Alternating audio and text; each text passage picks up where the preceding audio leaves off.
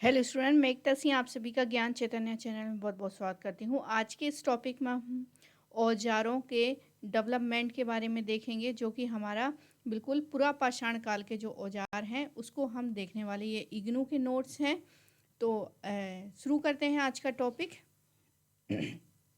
औजारों की बात करें तो आम तौर पर इसे कहा जाता है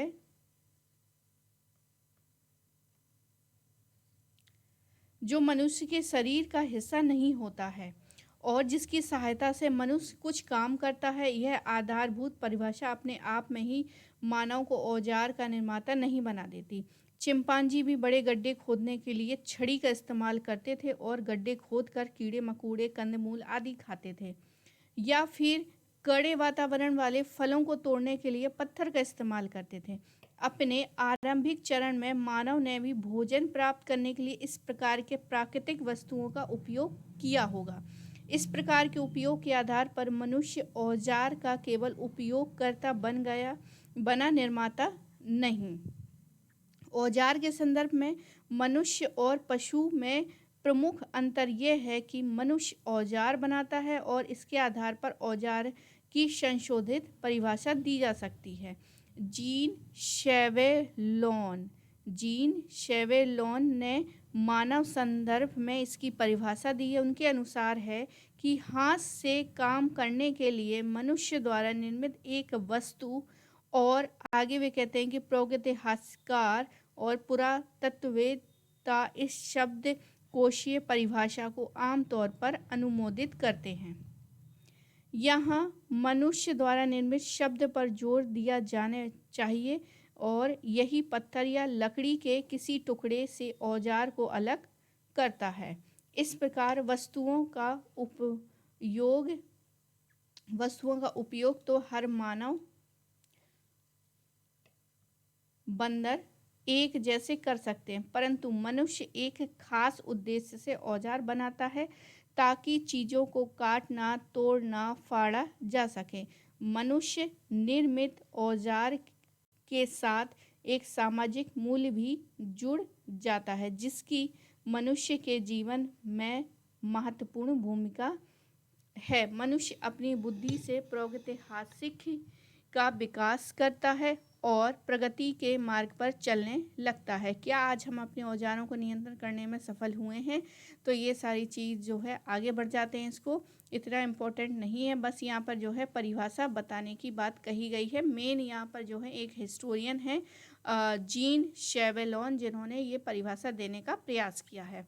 आगे, मनुष्य निर्मित ये औजार दुनिया के हर हिस्से में पाए जाते हैं। तो जब से मानव ने अपने आप को डेवलपमेंट किया है, तो उन सब के जो हैं अंश या हिस्से हर दुनिया के हर हिस्से में पाए जाते हैं। आम तौर पर औजार जो हैं उनके उपयोगकर्ता के निवास स्थलों और वस्तुओं के आसपास पाए जाते हैं। यहाँ हम पूरा पाषाण युग की प्रागैतिहासिकी और औजारों के विकास पर चर्चा करने जा रहे हैं। तो अभी यहाँ पर करते हैं। तो सबसे निचला पूरा पाषाण काल की इम्पोर्टेंट बात करते हैं, ओल्डोवियन और एक्सियुलियन। तो निचले पूरा पाषाण में जो औजारों का हमने देखा है, यहाँ पर निचला पूरा पाषाण काल तो हमने देखे थे। इससे पहले जो पूरा पाषाण काल है, पूरा पाषाण काल, उसको 3 भागों में जो है हमने डिवाइड करा था। जैसे मध्य पूरा पाषाण काल और नव पाषाण काल और ये जो है पूरा पाषाण काल। तो इसके पूरा पाषाण काल के भी 3 भाग डिवाइड किए थे। ये एक हमने इसका स्टडी के तौर पर ये मोटा मोटा जो है डिवीजन किया है। अब यहाँ पर जो है निचले पूरा पाषाण की बात हो रही है, मतलब यहाँ की बात हो रही है, वो भी इसके पार्ट की। तो यहाँ पर जो औजारों की बात की गई है, तो याद रखिए ये जो इम्पोर्टेंट है, ये ही एग्ज़ाम में यहाँ से पूछा गया है, पूछा जा सकता है। सबसे इम्पोर्टेंट जो टीजीटी पीजीटी है, वो यहाँ से जो है क्वेश्चन आए हुए हैं। तो याद रखिए ओल्डोवियन और एक्सियुलियन। ओल्डोवियन और एक्सियुलियन औजार किसके हैं? निचले पुरापाषाण काल के।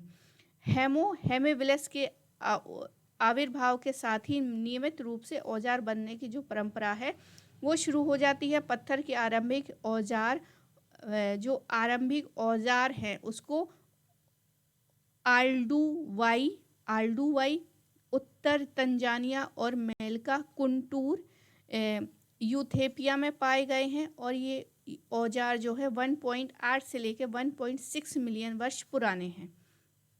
तो सबसे पहले ओल्डोवियन औजार ही मिले हैं और इन औजारों को ओल्डोवियन औजार कहा गया है। तो सबसे पुराने कौन है? ओल्डोवियन।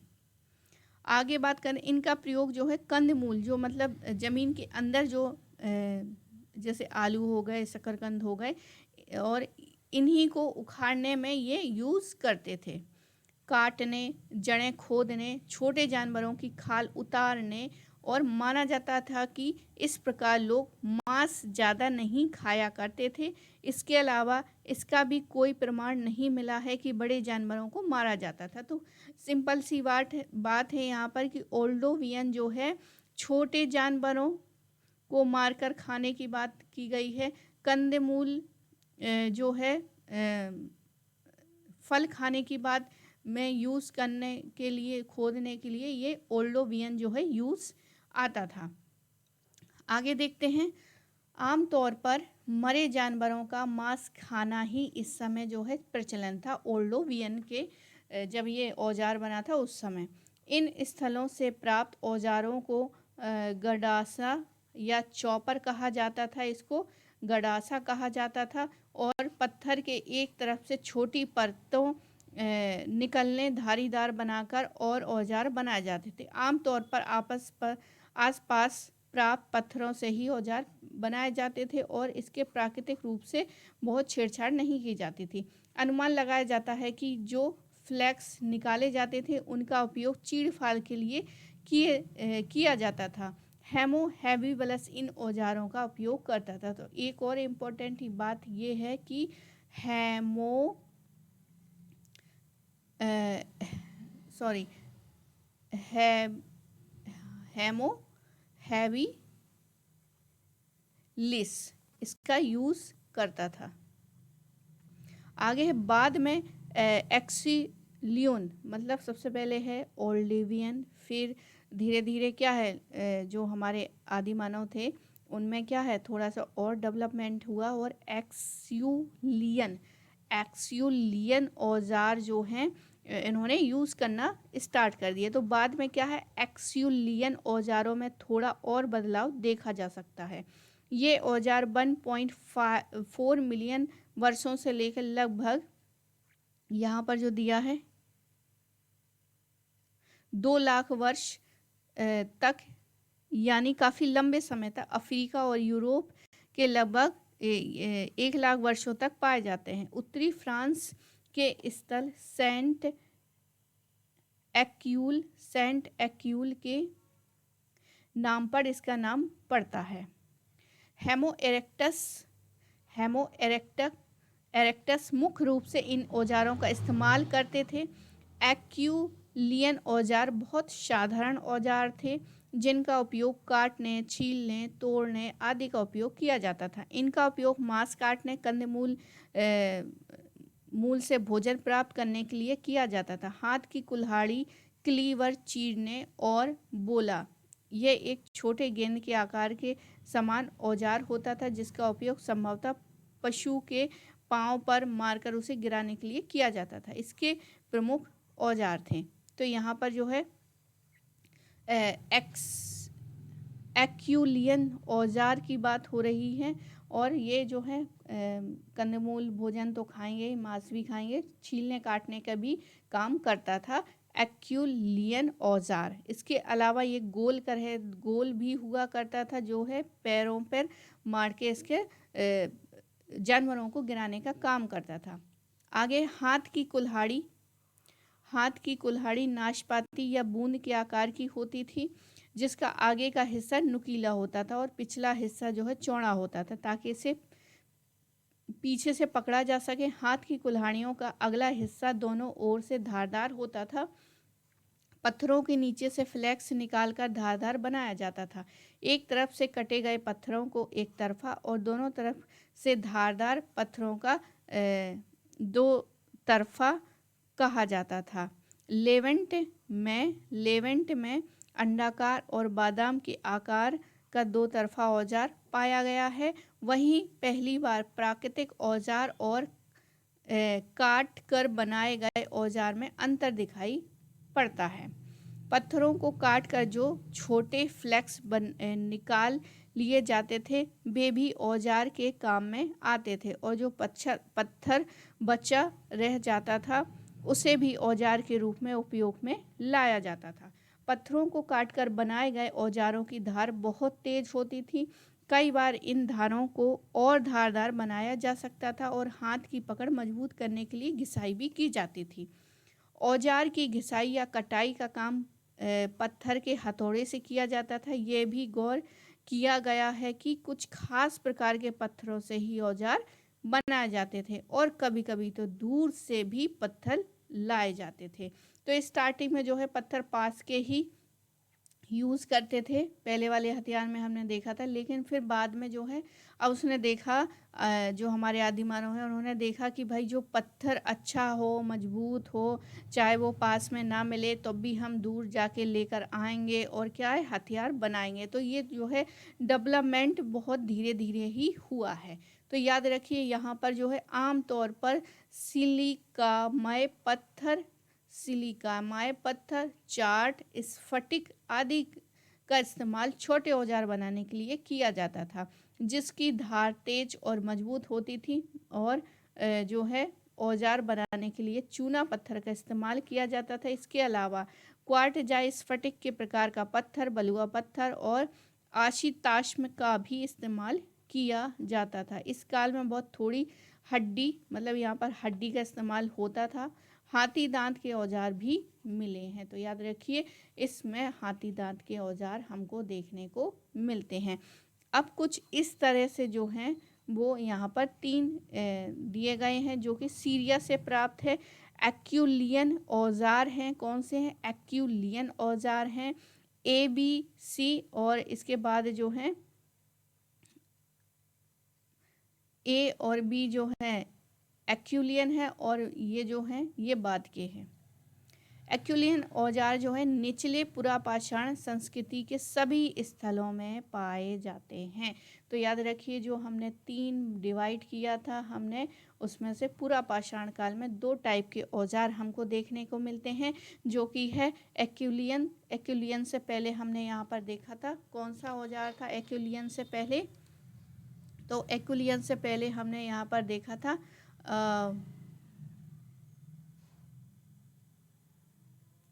ओल्डोवियन सबसे पहले है और एक्यूलियन जो है सबसे बाद में। तो 2 तरह के औजार हैं जो कि निचले पुरापाषाण काल में हमने देखे हैं। अब हम आगे बात करेंगे किसकी? मध्य पुरापाषाण काल की, जिसमें मेस्टेरियन औजार मिले हैं। तो याद रखिए ये जो औजार का नाम ही यही एग्जाम में जो है पूछा जा सकता है, बहुत ही इम्पोर्टेंट है। चाहे वो TGT हो, चाहे वो PGT हिस्ट्री हो, चाहे वो नेट का एग्ज़ाम हो या किसी अन्य, अगर उसमें हिस्ट्री आती है और अगर काफ़ी अच्छा सिलेबस होता है हिस्ट्री का तो यहाँ से जो है क्वेश्चन बन सकता है।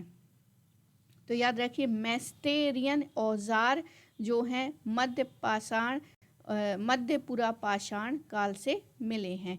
मेस्टोरियन औजार मध्य पुरापाषाण काल नहीं, मध्य पुरापाषाण स्थल से पाए गए हैं। मतलब हमने जो डिवाइड किया था पाषाण काल को, उसमें हमने एक तो पुरापाषाण काल है, ये मध्य पाषाण काल है और ये जो है नवपाषाण। तो पुरापाषाण काल में ही 3 है, एक ये निचला वाला, फिर ये मध्य वाला और फिर ये बाद का भी आगे देखेंगे।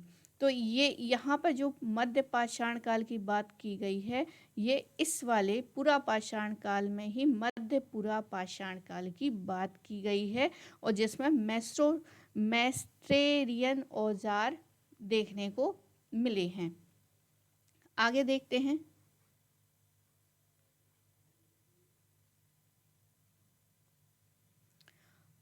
यहाँ पर ये औजार मुख्य रूप से एशिया और यूरोप में पाए गए हों। इनका उपयोग करता होमोसेपियन की विभिन्न प्रजातियां और मुख्य रूप से निएंडरथल रहे हैं। विभिन्न प्रकार की बड़ी तादाद में पाए जाने वाले इन औजारों को इस संस्कृति से जोड़ा जा सकता है। पत्थर के औजारों में खुरचनी, यहाँ पर क्या है, खुरचनी, बेधक, छुरी, ब्लेड, छेनी इत्यादि पाए जाते हैं। बिनफोर्ड ने सीरिया से, इज़राइल से और फ्रांस से, तो सीरिया से, इज़राइल से, फ्रांस से, ये 3 अलग अलग स्थानों से औजारों का विश्लेषण किया है। किसने? बिनफोर्ड ने। तो अभी तो इतना डीपली नहीं पूछेगा, क्योंकि अब ये नए क्वेश्चन बन रहे हैं, तो यहाँ से जो है क्वेश्चन बिल्कुल 100% है कि आने की ज़्यादा उम्मीद है। आगे देखते हैं। इनके प्रकार और उपयोग के आधार पर इनका वर्गीकरण करते हुए 5 समूहों का उल्लेख किया गया। अब ये 5 समूह क्या हैं? तो यहाँ पर कुछ ABC हैं। ला फेराजी फ्रांस में प्राप्त हैं, और ये है नुकीले हैं, ये नुकीले हैं यहाँ पर, और ये पार्श्व खुरचनी है, और 2 तरफा, मतलब यहाँ से भी है, यहाँ से भी है, तो दोनों तरफ से नुकीले हैं और दोनों तरफ से धार वाले हैं। आगे है अब औजार समूह 1 में 12 औजार शामिल किए गए हैं, जिसमें कौन कौन से हैं? जिसमें 12 औजार शामिल किए गए हैं, जिसमें बेधक, खुरचनी और छुरी भी शामिल हैं। तो बेधक हो गए, खुरचनी हो गई और छुरी हो गई। हड्डी तोड़ने और काटने, लकड़ी के टुकड़े में करने और चमड़ा निकालने के लिए इसका उपयोग किया जाता होगा। ये औजार बनाने और उन्हें ठीक रखने के काम लाए जाते थे। अब औजार 2 क्या हैं? तो इसमें 12 प्रकार के हैं, इसमें भी 12 प्रकार के हैं, और इसमें 3 प्रकार के नुकीली औजार, खुरचनी और बेधक शामिल किया गया है। इससे प्रतीत होता है शिकार और मांस काटने का काम किया जाता होगा। तीसरे प्रकार में इसमें 7 प्रकार के औजार शामिल हैं, जिसमें ज़्यादातर नुकीले पत्थर के फ्लैक्स और छुरियाँ और मांस को छोटे छोटे टुकड़ों में काटने के लिए इसका उपयोग किया जाता होगा। औजार समूह जो है चौथे में, इसमें 4 प्रकार के औजार सम्मिलित हैं, जिसमें नुकीले पत्थर के फ्लैक्स और खुरचनी सम्मिलित हैं। इसमें लकड़ी को आकार देने, खाना बनाने, कंदमूल निकालने और हड्डी से मांस खुरचने का काम किया जाता था। आगे है औजार नंबर समूह जो है 5वां, इसमें 6 प्रकार के औजार समूह है, जो आगे की ओर नुकीले औजार, गोल प्लेट के आकार का औजार, खुरचनी और ब्लेड इस औजार समूह में शिकार करने, मांस काटने और दूसरे प्रकार के औजार सम्मिलित प्रतीत होते हैं। आगे देखते हैं। अब मध्य पुरापाषाण औजारों की एक महत्वपूर्ण विशेषता यह है कि इसमें हड्डियों, सींगों और लकड़ी का प्रयोग होने लगा था। लकड़ी की नुकीली छड़ियाँ बनाई जाती थी, जिन्हें आग में तपाया जाता था, जिसे इसे भाले की तरह उपयोग किया जाता था, जिसका मतलब होता था बड़े जानवरों का शिकार शुरू हो चुका था। तो हमने पुरापाषाण काल में जो देखा था, पुरापाषाण काल में 3 भाग, निचला, मध्य और उच्च। तो उच्च की हम यहाँ पे बात करेंगे। बाकी इसमें हमने 2 प्रकार के देखे, इसमें हमने 1 प्रकार के, फिर हमने 5 प्रकार के यहाँ पर और देखे। तो अब हम उच्च पुरापाषाण काल के औजार देखने वाले हैं। तो यहाँ पर देखते हैं हेमोसेपियन, मतलब इसी हेमोसेपियन यहाँ से भी जो है यूजीसी नेट ने क्वेश्चन पूछा है कि हमारा जो आधुनिक मानव कौन है, तो हेमोसेपियन। तो 2 बार सेपियन ऐसे ही क्वेश्चन जो है सेम यहाँ से लिया गया होगा उस समय। तो देखते हैं।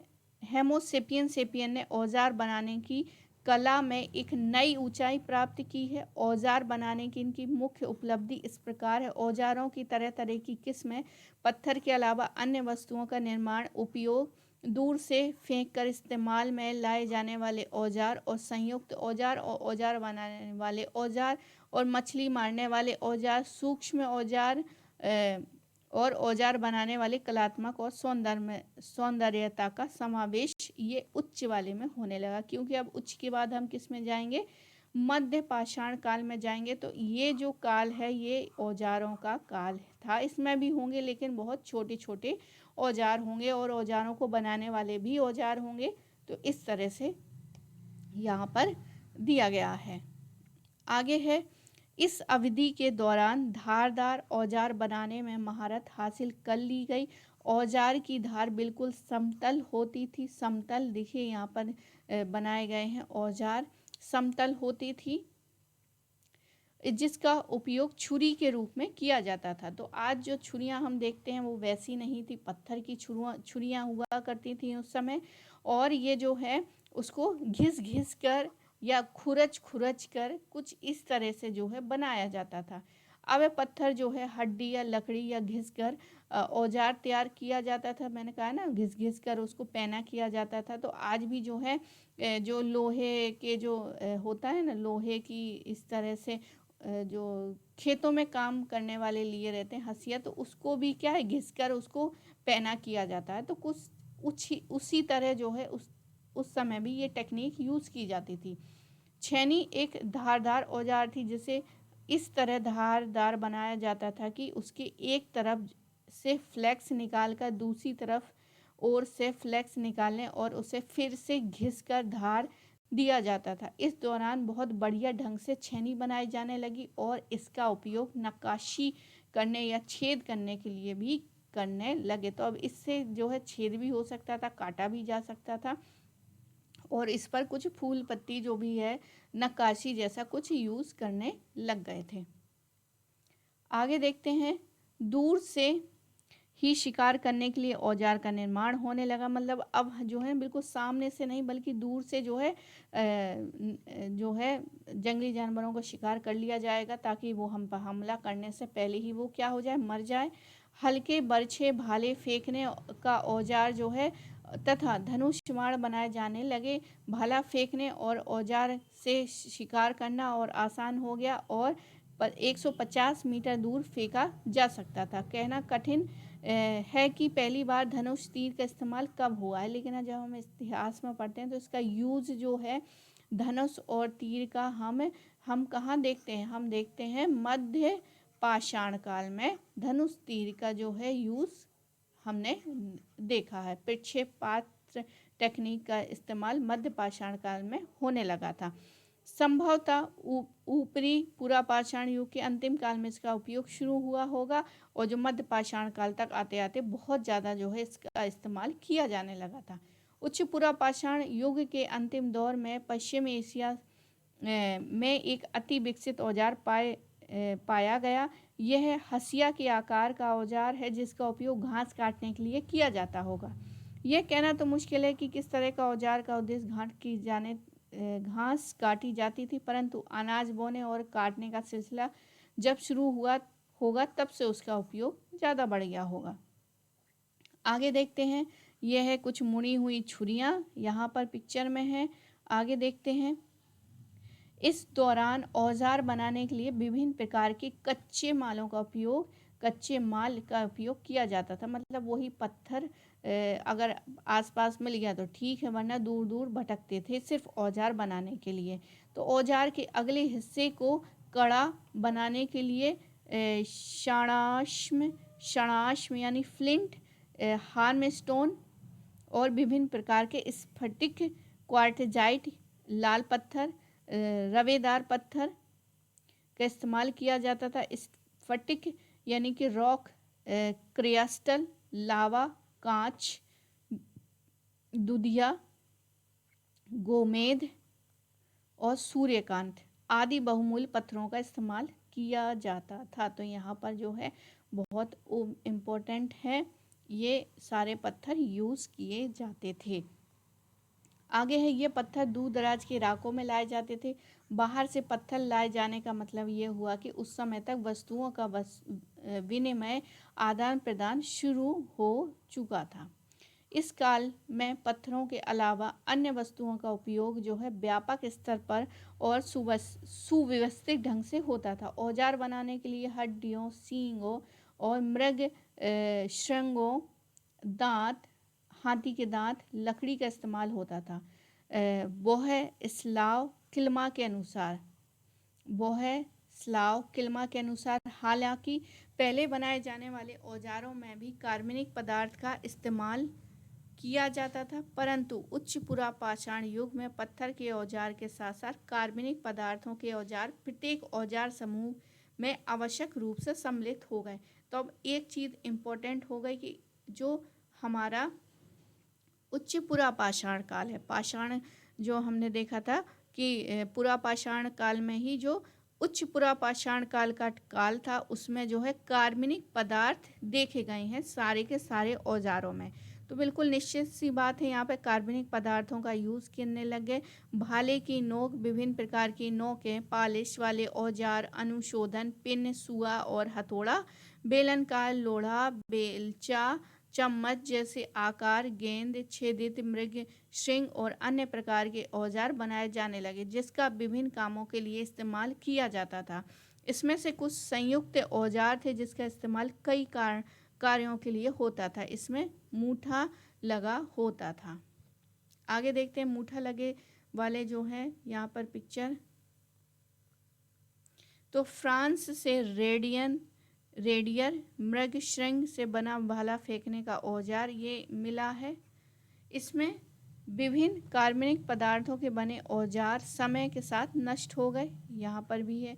इसकी सबसे बड़ी विशेषता केवल प्राकृतिक रूप से नहीं बल्कि इसमें बड़े करीन से आकार दिया गया था, धार तथा नोक बनाई गई थी। तो यहाँ पर देखिए धार हैं, नोकें हैं। इस प्रयासों को देखने से ऐसा लगता है कि लोगों को इसकी भौतिक और रासायनिक विशेषताओं की जानकारी थी। कई प्राप्त पदार्थों का दूसरे कामों के लिए भी उपयोग होता था, जैसे खोखले लट्ठे का इस्तेमाल नाव के रूप में तथा अवतल पत्थरों का उपयोग बर्तन या प्लेट के रूप में किया जाता होगा।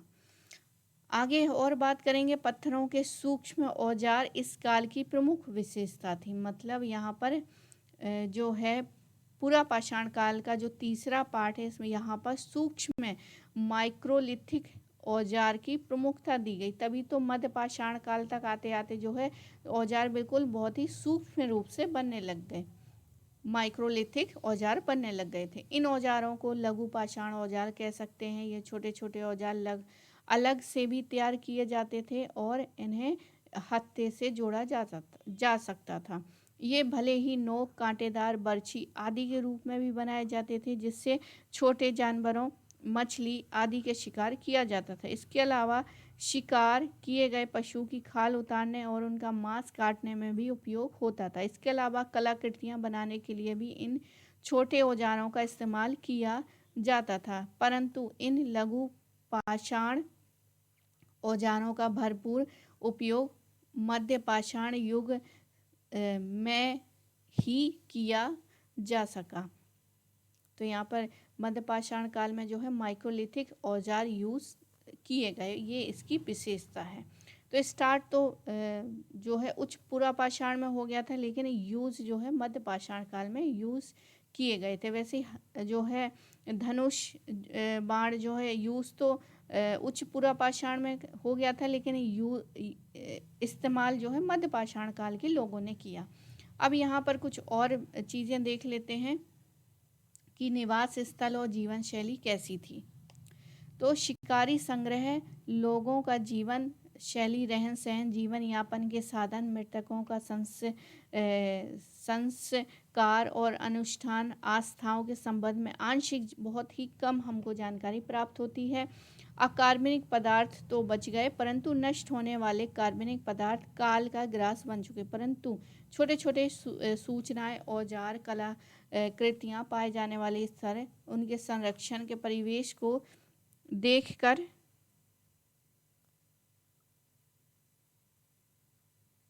उनके निवास स्थलों, जीवन यापन साधन और उनके सामाजिक संगठन का अनुमान लगाया जा सकता है। निचले पुरापाषाण के लोग घरों या निवास स्थलों या हैबिलस के समूह के आकार के बारे में ज़्यादा पता नहीं चला है। ये मुख्य रूप से कंदमूल खाते थे और बहुत थोड़ा मृत जानवरों के मांस का भी भक्षण करते थे।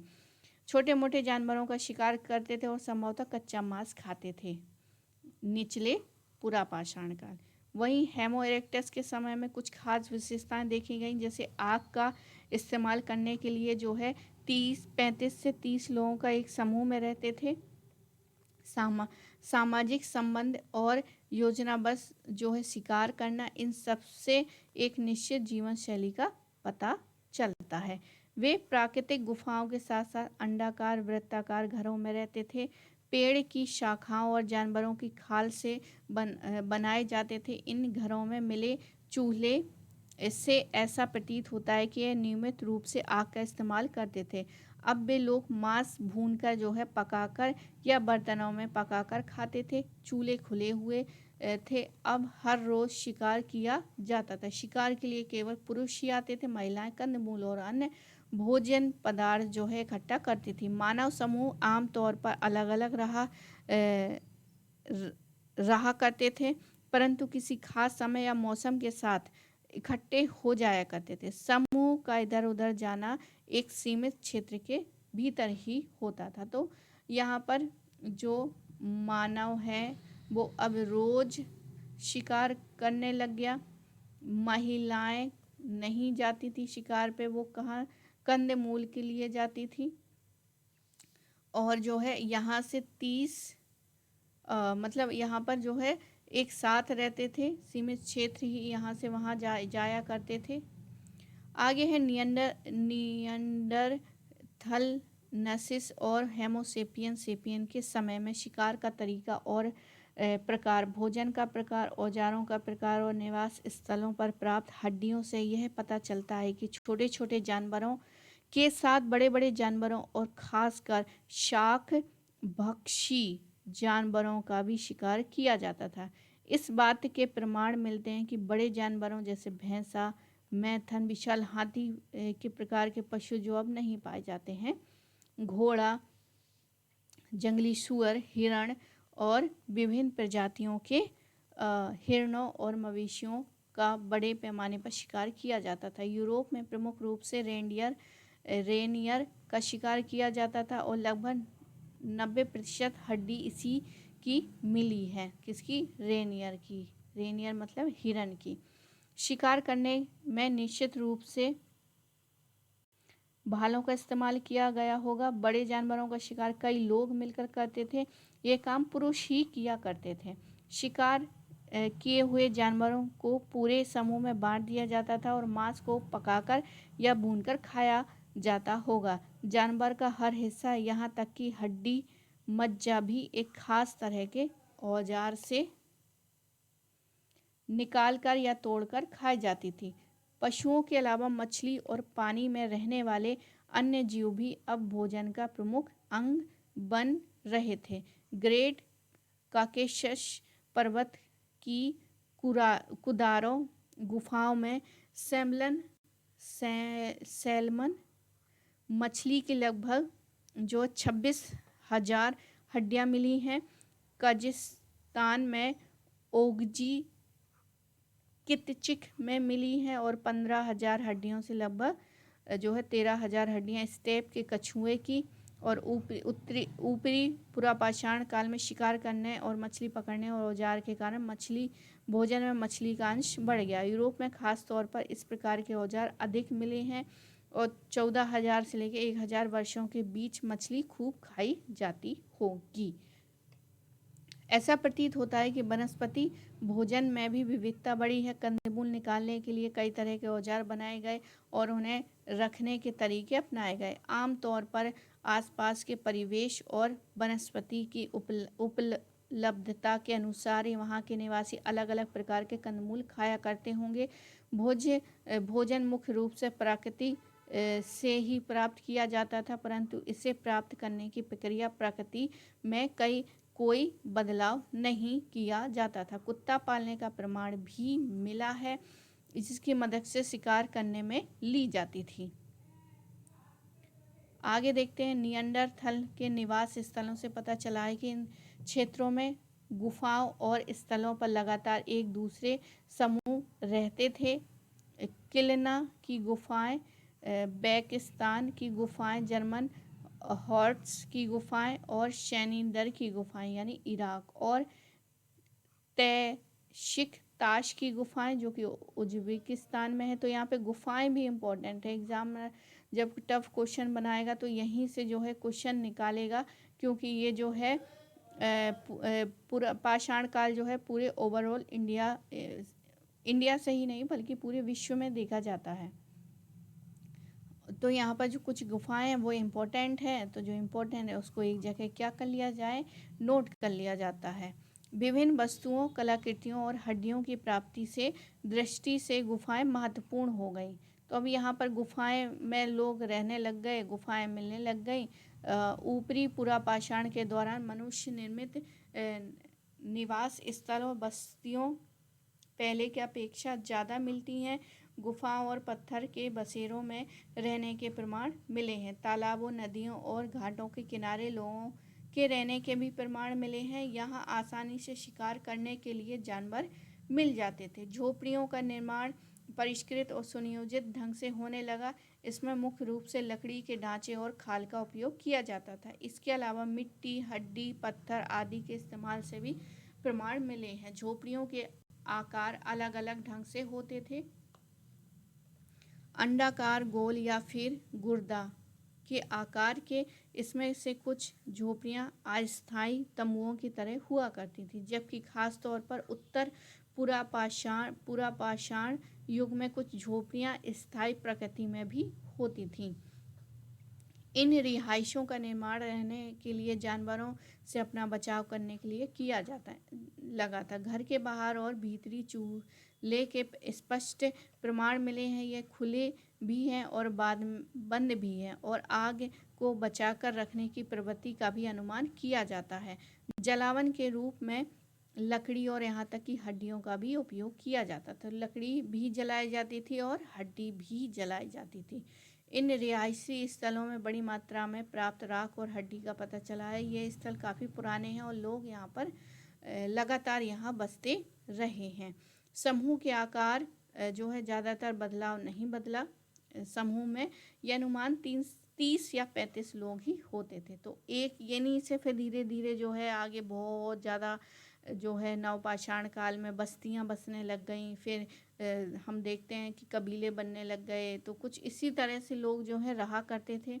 ये सीमित क्षेत्र के भीतर घूमने फिरने रहते थे। माना जाता है कि यह घूमना फिरना एक छोटे से क्षेत्र तक ही सीमित था। लीको, यहाँ पे एक लीको है, वो बताते हैं कि उनका आवागमन जो है मुख्य जल स्रोत घर के चारों दिशाओं में 30 से 30 किलोमीटर तक ही सीमित था। ऐसा भी प्रतीत होता है कि छोटा समूह कुछ समय के लिए एक जगह जुटते थे और इसके बीच सामान का आदान प्रदान होता था। फिर वहाँ से क्या है, जीवन संगी का चुनाव भी करते थे। मतलब शादियों के लिए जो है एक 25-30 और एक 25-30 ये मिलते थे, और फिर यहाँ पर जो है शादियाँ विवाह जो है आदान प्रदान हुआ करता था। इनकी सेवा शुश्रूषा की जाती थी और सामाजिक बंधन का प्रतीक था, और समूह में लाचार व्यक्तियों का खास ख्याल रखा जाता था। मध्य पुरापाषाण युग में इस बात का पुख्ता सबूत मिलता है कि मृतकों को समूह के सदस्यों द्वारा दफनाया जाता था। इराक की जागरोस पहाड़ियों में शैनिदर गुफा में एक जो है कब्रगाह मिली है, जो लगभग 60,000 वर्ष पुरानी है, जो संभवतः किसी मुखिया या किसी महत्वपूर्ण व्यक्ति की होगी। उस पेड़ की डालियों और बिस्तर पर लपेटा गया है, जिसके ऊपर फूल भी रखे गए हैं।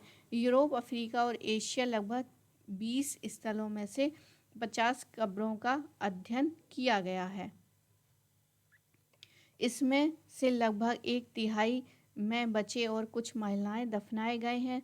समूह में बच्चे और महिलाओं का रहना इस बात का सबूत है कि बच्चों का खास तौर पर ख्याल रखा जाता था, क्योंकि कुछ कब्रों में नवजात शिशुओं के प्रमाण मिलते हैं। दफनाने के लिए बहुत गहरी कब्रें नहीं खोदी जाती, बल्कि उथली जो है गहराई से काम चलाया जाता था। ला फेरिस के शव गाय में एक पुरुष, एक स्त्री और बच्चे के अवशेष मिले हैं। संभवतः एक ही परिवार के सदस्य रहे होंगे। कई स्थलों पर शारीरिक अवशेषों के साथ औजार, सींग, पशु की हड्डियां और यहाँ तक कि उनके शरीर और फूल भी पाए गए हैं। कुछ कब्रों में लाल रंग का पाउडर भी मिला है। इस प्रकार की कब्रगाहों को देखने से लगता है कि कुछ अनुष्ठानिक क्रियाएं भी जुड़ी होंगी। तो यहाँ पर ये था कि किस प्रकार से लोग रहते थे। अब यहाँ पर कुछ जो है कला और संचार की बातें हैं जो कि काफ़ी लेंदी है, तो इसको भी वैसे कर सकते हैं इसको। तो यहाँ पर कुछ नहीं, कुछ ज़्यादा पेंटिंग वगैरह बहुत ज़्यादा हुई नहीं है, तो इसको देख लेते हैं कि क्या है। फिर ये हमारा टॉपिक जो है पूरा ही जो है ख़त्म हो जाएगा, पूरा पाषाण काल का। तो यहाँ पर देखते हैं कला और संचार। अब यहाँ पर कलाएं क्या हैं, वही जो शिकारी जो हथियार बनाते थे उस पर ही कलाकृतियाँ, या फिर किसी गुफा में जहाँ रुकते थे वो लोग जो है पेंटिंग बना के अपने भावनाओं को व्यक्त करते थे। कुछ इसी तरह से जो है यहाँ पर किया गया होगा। आगे देखते हैं इसको। शिकारी संग्रहकर्ता समाजों से कला की कतिपय अभिव्यक्ति से हमें प्राप्त होती है। नक्काशी, चिन्ह करना, हड्डियों की रंगाई करना, सफाई करना, पॉलिश करना या फिर हड्डियों में छेद करना, ये जो है आदि मध्य पुरापाषाण युग से ही शुरू हो चुका था, परंतु इसके प्रमाण ऊपरी पुरापाषाण युग से काफ़ी अधिक प्राप्त होते हैं, जैसे कलाकृतियाँ, मूर्तियों और गुफा या पत्थरों पर चित्रकारी आदि। इसमें से अधिकांश कला अभिव्यक्ति ऊपरी पुरापाषाण युग के अंतिम चरण की है। आगे है पत्थर या गुफा कला के रूप में नमूने सबसे ज़्यादा बचे हुए हैं, मतलब जो गुफाओं में है वही नमूने हमको देखने को मिलते हैं। दीवार, अंदर या छतों, गुफाओं के फर्श पर बनी चित्रकारी अभी भी मौजूद है। उन्हें बचाने के लिए नक्काशी और रंगाई की कला का उपयोग किया जाता था। ज़्यादातर पशुओं के चित्र जो है बनाए जाते थे, जैसे हिरण होगा, मैमथ मतलब वही हाथी की तरह जो होता था, मछली हो गई, पक्षी हो गया आदि। मनुष्य के चित्र कम बनाए जाते थे। कई चित्रों से एक काल्पनिक पशु बनाया गया है जिसमें कई जानवरों के अंग लगाए गए हैं। तो यहाँ पर मानव का जो मस्तिष्क है वो भी किस प्रकार से कि काश एक आदमी है और उसका सिर जो है वो हाथी जैसा है, उसके पैर जो हैं कुछ इस तरह से हैं और उसके बहुत सारे सिर हैं। तो एक कल्पना के आधार पर भी ये यहाँ पर चित्र मिला है। इसमें सबसे महत्वपूर्ण जो है स्पेन की अल्तामीरा गुफाओं की चित्रकला है। तो अल्तामीरा की गुफा स्पेन में ये मेन है। अल्तामीरा का अर्थ होता है बृहद या भव्य। इसमें विशाल गुफाएं बनी हुई हैं। भीतरी दीवारों पर घोड़े, हिरण, भेड़िए, भालू और सुअर के चित्र बने हैं। कुछ चित्रकारियों में भूरे, पीले और लाल रंग के इस्तेमाल जो है कलर किया गया है। ये चित्र जो है 34,000 से लेके 12,000 वर्षों के हैं। और फ्रांस के लेस्कॉस गुफा में भी इसी तरह के चित्र पाए गए हैं, जिन्हें लगभग 15,000 से लेकर 14,000 वर्ष पुराने माने जाते हैं। ये आकृतियाँ केवल पशुओं के चित्र मात्र के लिए नहीं है, बल्कि गति, जीवन और बैल, घोड़े, हिरण, बकरी, भैंस, गाय और यहाँ तक कि शेर के भी चित्र पाए गए हैं। पशुओं के शरीर में लगे तीर और भाले, एक मृतक मनुष्य और कुछ ज्यामितीय आकार के चित्र बनाए गए हैं। अफ्रीका और एशिया में ऐसे कई चित्र पाए गए हैं। अलग अलग आकार के 200 से ज़्यादा चित्र जो हैं गुफाएं मिली हैं, जिनमें से कुछ अपनी विशेषताओं के लिए प्रसिद्ध हैं। अब यहाँ पर कुछ एक पिक्चर है, कुछ इस तरह से जो है पिक्चर बनाए गए हैं। तो ग्रोथे ड्रेस टोइस फेरिज एरिएज फ्रांस के पत्थर की शिला पर किया गया है ये चित्रकारी। आगे देखते हैं इसका। और ये आकृतियाँ एक दूसरे में समाहित हैं और सभी आकृतियाँ एक निश्चित दिशा में नहीं बनी हुई है। अल्तामीरा और लेस्काफ काफ़ी व्यवस्थित रूप से बनी हुई है। अधिकांश चित्रों में दूसरे जानवरों की अपेक्षा मछली, पक्षियों के चित्र कम मिले हैं। मनुष्य की आकृतियों में केवल रेखांकन मिला है। मालूम होता है कि इन चित्रों को बनाने के लिए मैग्नीक ऑक्साइड, गेरू, यहाँ तक कि काठ कोयला काठ कोयला से जो काला काला निकलता है काला, उसका प्राकृतिक वस्तुओं का इस्तेमाल भी किया गया होगा। ऐसा प्रतीत होता है कि इन्हें चिपकाने के लिए भी किसी पदार्थ का यूज़ किया होगा, किसी छोटी लकड़ी या ब्रश जैसी चीज़, या फिर हाथ से रंग लगाए जाते होंगे। इस गुफा कला के अर्थ और उद्देश्य के बारे में विद्वानों ने बीच काफ़ी बहस हुई है। कुछ लोग इसे शिकार के लिए जाने से पहले किए जाने वाले टोने टोटके से और अनुष्ठान के रूप में देखते हैं। मतलब शिकार करने गए उससे पहले ही जो है ना प्रार्थनाएं या फिर कुछ टोना टोटका करते हैं कि अगर हमने चित्र बना लिया एक जानवर को मारते हुए तो हमको क्या हो जाएगा, शिकार मिल जाएगा, कुछ इस तरह से। तो यहाँ पर टोना टोटका या अनुष्ठान इस तरह से करते थे लोग। कुछ लोग इसे सामाजिक समूह के प्रतिनिधि के रूप में भी देखते हैं। इसमें नर पशुओं और मादा पशुओं और शिशु पशुओं के चित्रण किया गया है। कुछ लोगों का यह भी मानना जाता है कि किसी खुशी के मौके पर या उत्सव के दौरान एक छोटा समूह आपस में मिलता था और इस तरह खुशी का इजहार किया जाता था। हड्डियों, सींगों और पत्थरों के अलंकरण पदार्थ भी मिले हैं। ऐसा लगता है कि ये गहने उन्हें बाएं, कलाई और गले और पैरों में पहना जाता होगा। रंगाई, रेखा कृति, नक्काशी, पॉलिश, छेद बनाकर एक खास आकार देकर कलाकृतियां बनाई जाती थी। आगे देखते हैं। मूर्तियां या प्रतिमाएं भी इस युग की कला की प्रमाणिक हैं। दक्षिण जर्मनी में वोगेलहर्ड गुफा स्थल से सबसे पुरानी मूर्तियां पाई गई हैं। यहाँ 6 सेंटीमीटर बड़ा घोड़ा और मैथन जैसा जो है आड़ी तिरछी रेखाएं हैं, हाथी के दांत, हड्डियों के सींगों की बनी वस्तुएं प्राप्त हुई हैं। ये लगभग जो है 3,02,000 वर्ष पुरानी है। पायरेनीज की गुफा में भैंसे की आकृतियां मिली गई हैं। तो यहाँ पर कुछ हमको आकृतियां भी मिली हैं या उसको मूर्तियां या प्रतिमाएं कह सकते हैं। तो इस तरह से हेमो इरेक्टस और हेमो हैबिलिस शाब्दिक संवाद नहीं कर पाते थे। हेमो इरेक्टस और हैबिलस बोलते नहीं थे। इनकी वक्ष की बनावट स्पष्ट है। जहाँ तक नियंडरथल का सवाल है, इनके वक्ष स्थल की परीक्षण से पता चलता है कि बहुत थोड़े शब्द बोल सकते थे, परंतु ये वाक्य बोलना सीख पाए थे या शाब्दिक संवाद करने लगे थे, इससे संदेह है।